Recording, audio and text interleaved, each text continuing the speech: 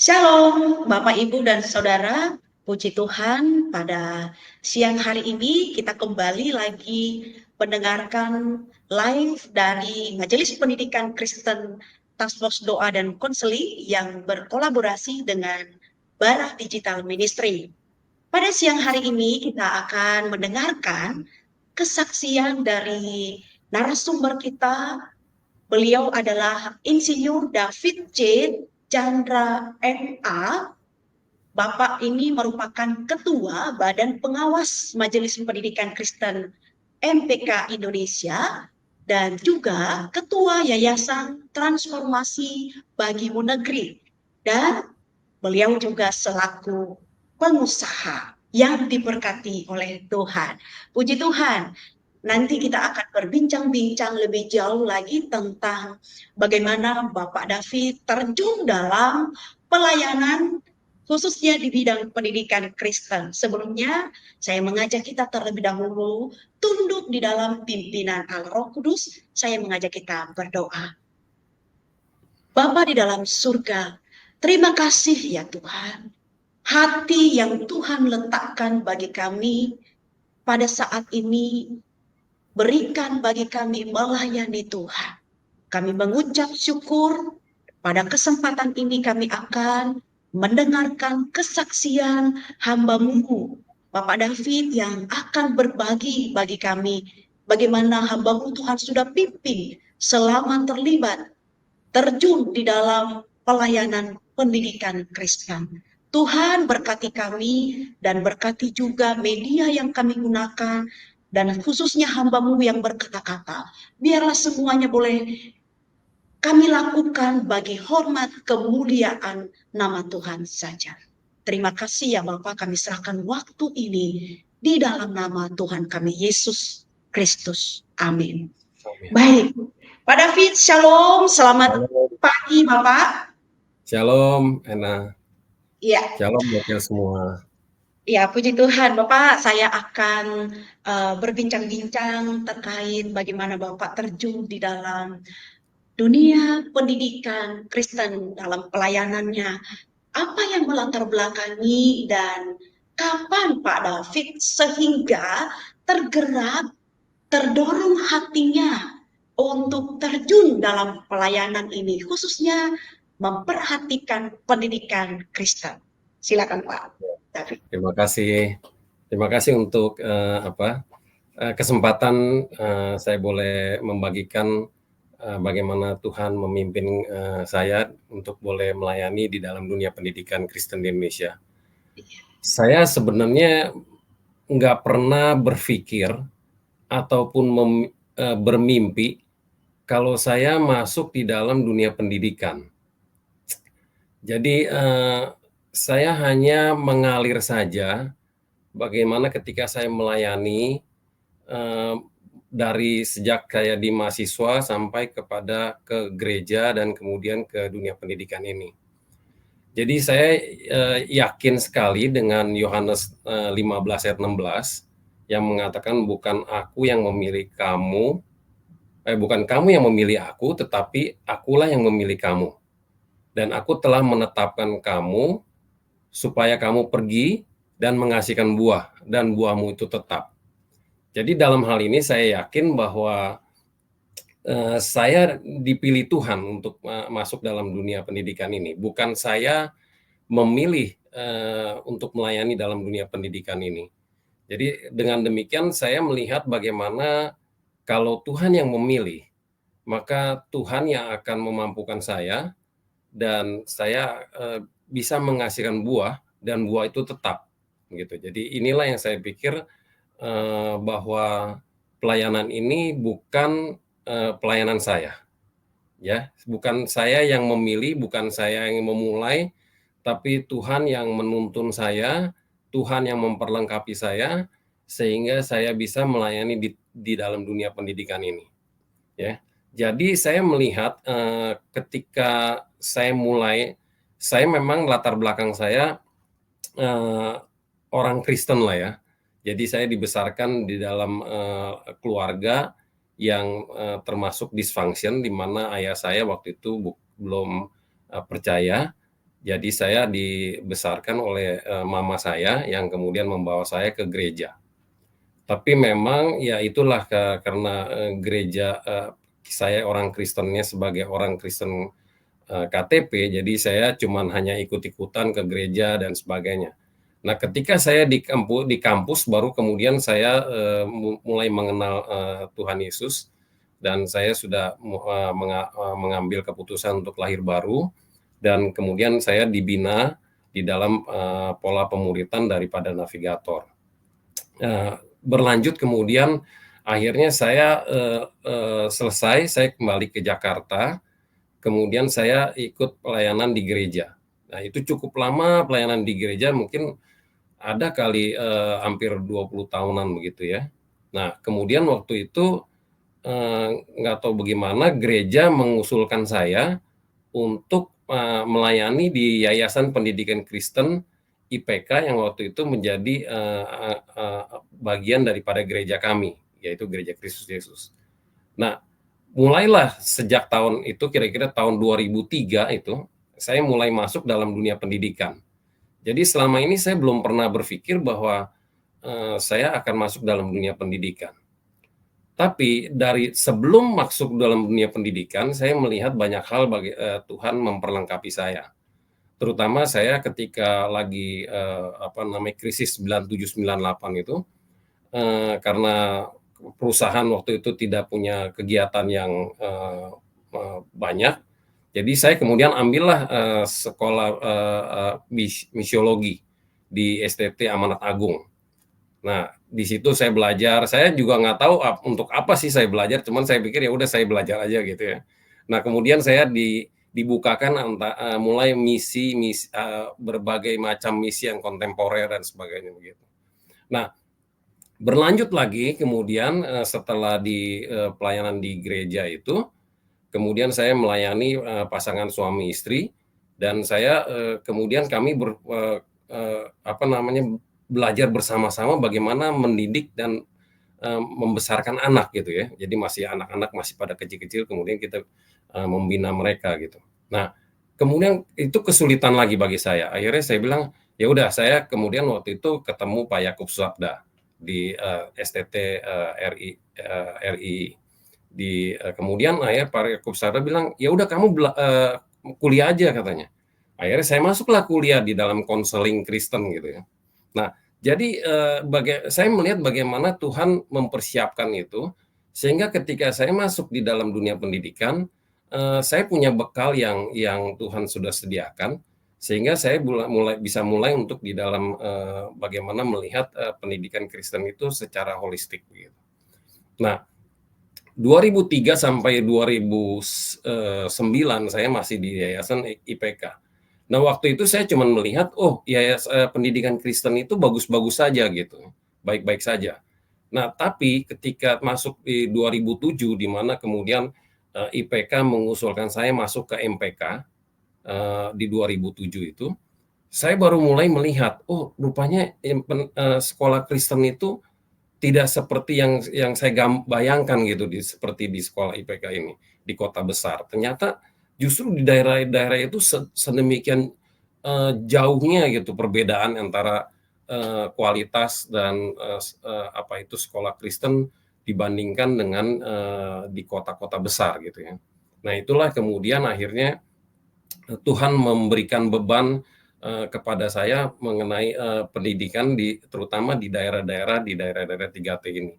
Yang saya pikir mereka yang begitu membutuhkan, mereka yang selama ini mungkin mengalami ketidakadilan oleh karena sementara teman-temannya punya pendidikan yang baik di di kota-kota, sementara mereka di daerah-daerah tidak punya pendidikan yang baik gitu. Nah, itulah yang kemudian akhirnya Tuhan menaruh passion kepada diri saya untuk saya boleh terus memikirkan bagaimana menolong mereka supaya mereka juga mengalami pendidikan Kristen yang berkualitas dan berkarakter Kristiani. Nah, itulah sedikit daripada apa yang saya lihat, yang kemudian saya flashback bagaimana Tuhan mempersiapkan dan Tuhan yang memilihkan pelayanan ini buat saya di dalam dunia pendidikan Kristen di Indonesia. Yang selama ini belum pernah saya pikirkan, saya juga nggak tahu kenapa saya bisa sampai di sini gitu ya. Tapi itulah kedaulatan Allah yang menuntun saya sehingga saya bisa ada di dunia pendidikan ini. Itu ya kira-kira, Ena.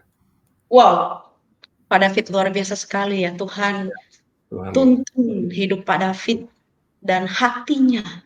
khususnya memberikan perhatian kepada pendidikan Kristen. Sangat luar biasa Pak David. Tapi begini Pak, mungkin dalam pelayanan ini adakah tantangan yang terberat sekali yang Bapak hadapi seperti itu? Lalu pertanyaannya, bagaimana Pak David melewati ini bersama Tuhan? Ketika tantangan atau kesulitan terberat itu Bapak hadapi selama ini, bagaimana Pak Bapak menghadapinya bersama Tuhan? Silakan. Ya, saya memang punya satu keyakinan bahwa kalau kita punya pelayanan yang memang on the track, artinya memang pelayanan yang disukai oleh Tuhan, maka memang pasti akan ada tantangan. Itu yang kemudian selalu ada di dalam benak saya. Jadi kalau saya tidak mengalami tantangan, saya mulai berpikir, mungkinkah ini pelayanan yang Tuhan mau? Atau jangan-jangan yang saya mau gitu. Nah, kalau memang tantangan itu ada, ya kembali lagi saya hanya membawanya kepada Tuhan gitu. Karena saya bilang, Tuhan kalau memang ini pelayanan yang Engkau mau, Engkau juga harusnya memberikan saya kemampuan untuk melewati ini gitu. Jadi ketika saya mengalami tantangan, saya justru melihat bagaimana karya Tuhan yang lebih besar lagi. Gitu. Jadi semakin tantangan itu ada, semakin saya menyerahkan kepada Tuhan, dan kemudian saya melihat lagi bagaimana Tuhan membukakan jalan sedemikian rupa gitu ya. Tantangan-tantangan itu banyak sekali karena banyak kemungkinan saya seringkali banyak yang tidak dimengerti ya, disalah mengertikan ya. Sebenarnya saya berharap begini, kemudian orang lain pikir kok saya melakukan seperti ini gitu. Jadi tantangan yang paling terbesar adalah kemudian salah dimengerti, kemudian akhirnya tidak disupport ya, tidak didukung, dan kemudian saya harus bekerja seperti bekerja sendiri, dan mungkin orang-orang melihat kok saya sepertinya hanya one man show dan sebagainya. Tapi memang itulah yang saya sering alami. Kemudian saya melihat bagaimana saya diajar Tuhan untuk tidak bergantung kepada manusia. Dan kemudian disitulah kemudian saya belajar dan mengalami bagaimana Tuhan sendiri yang menolong dan membukakan hal-hal yang jalan keluarnya begitu. Yang kemudian tanpa saya mengerti dan tanpa saya bisa sadari begitu. Ini kemudian terjadi ketika saya dipercaya untuk mengelola Yayasan Transformasi Bagimu Negeri ini. Ya, jadi bagaimana Tuhan menuntun, dan saya selama ini juga tidak pernah mengerti kenapa dan bagaimana Tuhan bisa mempercayakan semua ini. Tapi berjalannya dengan waktu, dan saya juga hanya mengalir bersama Roh Kudus yang menuntun, dan saya percaya bahwa kalau Tuhan yang punya pelayanan ini, maka Dia yang akan memberikan jalan keluar dari setiap tantangan yang saya hadapi. Dan sampai hari ini saya bersyukur bahwa tantangan demi tantangan yang ada saya bisa lewati, oleh karena saya percaya bahwa kalau Tuhan yang menuntun saya sampai kepada pelayanan ini, maka saya minta Tuhan sendiri yang bekerja di dalamnya gitu, bukan karena kemampuan saya.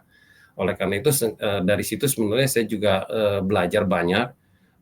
Ternyata memang dari pelayanan inilah saya makin bertumbuh dan saya makin mengenal Tuhan begitu. Jadi bukan sekedar hanya orang-orang yang saya layani, tapi juga bagaimana akhirnya itu juga menolong saya untuk saya belajar lagi. Oleh karena saya mengalami bagaimana penyertaan Tuhan melewati tantangan-tantangan yang ada itu. Itu kira-kira. Terima kasih. Wow, Hmm. sangat luar biasa Pak. Tantangan bukan kita hindari ya Pak ya, Betul, tetapi betul. sangat luar biasa tadi Bapak berbagi Iya, bahwa justru semakin membuat saya bergantung iya, kepadanya. iya. Jadi saya pikir Itu memang tantangan luar itu ya biasa. adalah kesempatan di mana kita mengalami kuasa Tuhan. Tantangan itu ada, justru kita bisa lebih bertumbuh di dalam mengenal Dia. Jadi itulah salah satu yang saya pikir kita harus tidak boleh menghindari tantangan, justru kita bisa merangkul tantangan yang ada. Karena tantangan itu adalah kesempatan sebenarnya. Itu enak. Wow, keren banget Pak David. Terima kasih. Saya yang muda ini ya diberkati melalui penjelasan Amin. awal-awal yang Bapak David sampaikan ini. Benar ya, Ya. tantangan bukan dihindari, tetapi Hmm. biarlah semakin mendorong kita Hmm. bergantung kepadanya dan Amin. membuat kita semakin mengalami Dia, bertumbuh Hmm. pada Amin. Kristus. Ya. Puji Tuhan. Pak David, Nah, adakah hal yang paling menyentuh Bapak dalam pelayanan di bidang pendidikan Kristen ini yang bisa dibagikan kepada kita juga sebagai pendengar pada siang ini, Pak? Yang ya, paling menyentuh hati Pak David. ya. Silakan, Pak David. Memang kalau kita masuk ke lapangan begitu ya, kita langsung masuk ke daerah-daerah, dan saya bersyukur bahwa ketika saya diizinkan melayani di MPK sebagai ketua umum 2 periode itu, saya diberi kesempatan untuk boleh keliling seluruh Indonesia dari barat sampai timur ya, dari jauh di Sumatera Utara sampai kepada di Merauke. Nah, saya melihat bagaimana orang-orang, anak-anak di sana begitu ya. Itu yang seringkali menyentuh saya gitu ya. Saya melihat bagaimana mereka ada yang kadang-kadang jauh perjalanannya, bisa sampai berapa kilo begitu ya ke sekolah gitu. Tapi ketika sampai di sekolah nggak ada gurunya, sehingga mereka akhirnya main-main, terus mereka akhirnya pulang di tengah jalan juga saya lihat udah panas-panas, keringetan, jalan kaki gitu ya. Saya pikir kok susah sekali gitu loh mereka mengalami pendidikan yang baik begitu. Sementara kita di kota-kota kok kayaknya tidak menghargai gitu ya pendidikannya itu. Disitulah kemudian saya melihat bagaimana justru ketika kita melihat orang-orang itu membutuhkan, anak-anak kita membutuhkan, dan ketika mereka begitu senangnya ketika mereka bisa menyelesaikan soal-soal gitu ya, ketika gurunya kemudian mengajar mereka duduk diam dengan baik begitu, aduh itu satu hal yang membuat saya tuh tersentuh gitu. Jadi ketika saya melihat pengalaman-pengalaman itu, maka saya tidak punya hati untuk mundur lagi. Saya berpikir bahwa justru mereka inilah yang memerlukannya. Justru kitalah yang harus bagaimana datang kepada mereka untuk memenuhi kebutuhan itu gitu. Jadi inilah yang kemudian akhirnya membuat saya semakin semakin yakin, oleh karena saya percaya Tuhan sendiri yang memberi passion ini ya. Dengan Tuhan membukakan, Tuhan mencelikkan mata hati saya untuk boleh melihat ladang yang sudah menguning, yang untuk siap untuk dituai ini. Nah, begitu banyak anak-anak di daerah yang sangat membutuhkan gitu.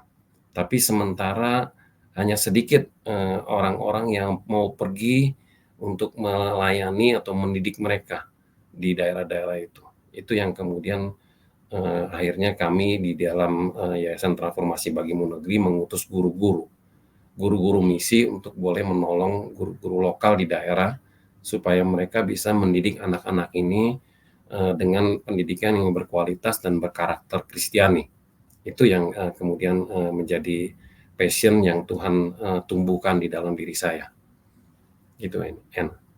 Puji Tuhan Pak David untuk berbagi pengalaman bahwa ketika terjun langsung ke lapangan, langsung dilihat oleh mata kita, Ya, lebih menyentuh.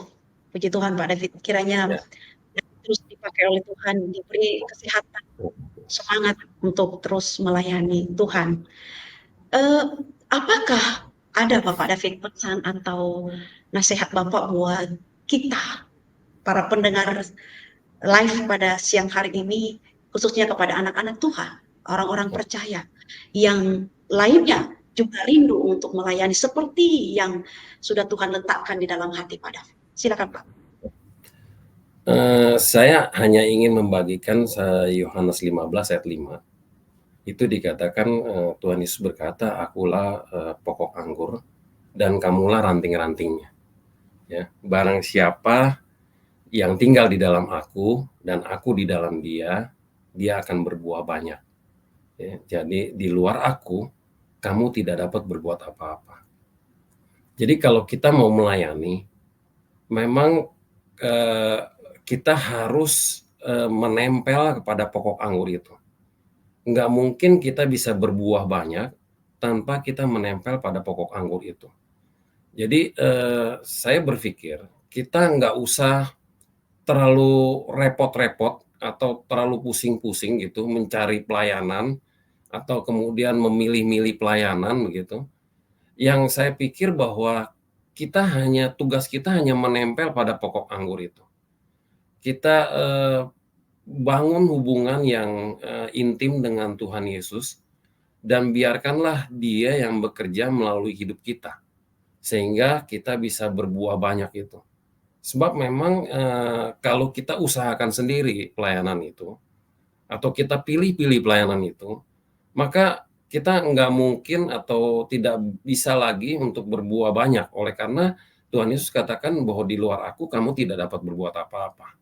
Mungkin di hadapan manusia kita kelihatan berhasil, tapi sebenarnya itu bukan buah yang tetap, bukan buah yang diharapkan oleh Tuhan Yesus gitu.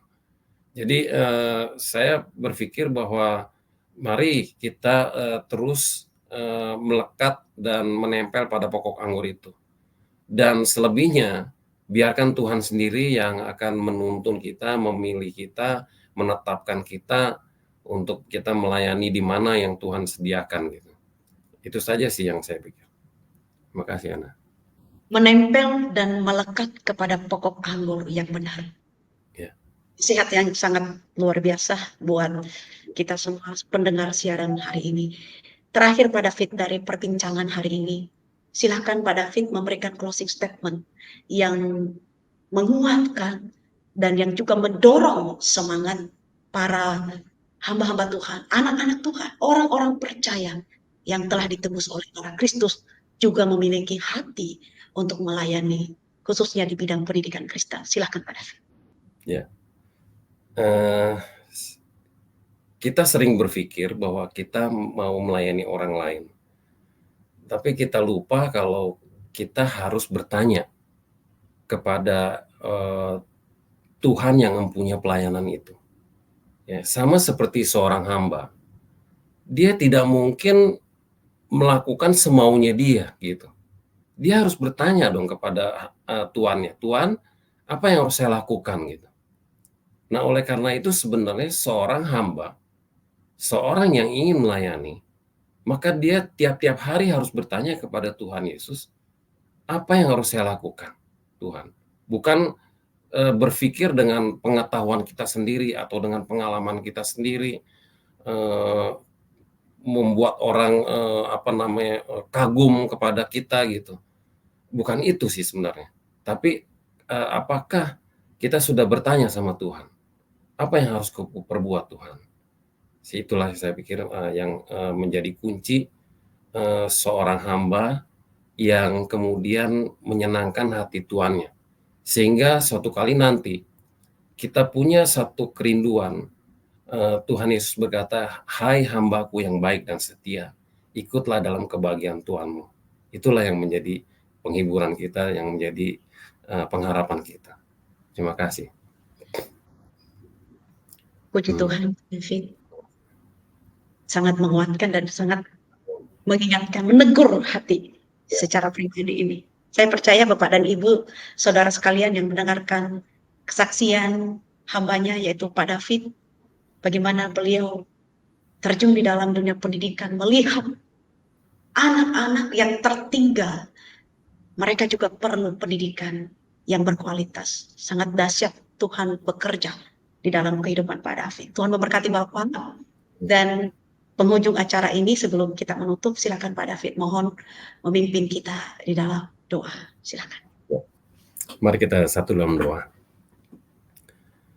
Bapak, kami bersyukur untuk kebaikan Tuhan, untuk kesetiaan Tuhan dan kemurahan Tuhan kepada kami, sehingga kami boleh dilayakkan untuk menjadi mitra-Mu Tuhan, untuk kami boleh melayani di ladang. Siapakah kami Tuhan? Kami adalah orang-orang yang terbatas. Kami tidak akan mampu melakukan apa yang Engkau inginkan, apa yang Engkau kehendaki tanpa Engkau sendiri yang menuntun kami. Oleh karena itu Tuhan, kami sungguh berharap supaya sebagai orang-orang yang sudah ditebus, sebagai orang-orang yang sudah menjadi hamba-Mu, izinkan kami Tuhan untuk kami boleh berbuah banyak seturut dengan maksud dan rencana-Mu dalam kehidupan kami. Terima kasih oleh karena Engkau mau memakai kami dalam segala keterbatasan kami, dan biarlah melalui semua itu kami belajar lebih mengenal Engkau Tuhan, dan kemudian kami bisa memperkenalkan Engkau kepada orang-orang di sekeliling kami, kepada orang-orang yang kami layani. Terima kasih Tuhan Yesus, kami berdoa supaya apa yang sudah kami bicarakan ini Engkau berkati sehingga boleh menjadi berkat bagi banyak orang yang mendengarkannya. Hanya di dalam Yesus Kristus kami berdoa dan mengucap syukur. Amin. Amin. Sekali lagi Bapak, terima kasih banyak untuk Sama-sama. sharing pada siang hari ini. Dan Bapak Ibu sekalian, jikalau Bapak Ibu tadi hadir atau mendengarkan siaran ini di pertengahan live, silahkan boleh mengunjungi YouTube MPK Indonesia dan Bara Digital Ministry. Di sana akan utuh, boleh diperjelaskan kembali dari awal hingga sampai akhir sharing dari hambanya, dari narasumber kita pada hari ini, yaitu Pak David. Dan kita akan bertemu kembali di live-live berikutnya di minggu-minggu yang akan datang. Saya Benelia Hulu dari Majelis Pendidikan Kristen Indonesia dan Bapak David, serta teman-teman yang melayani di belakang layar, mohon undur diri. Shalom, selamat siang, Tuhan memberkati. Terima kasih, Anna.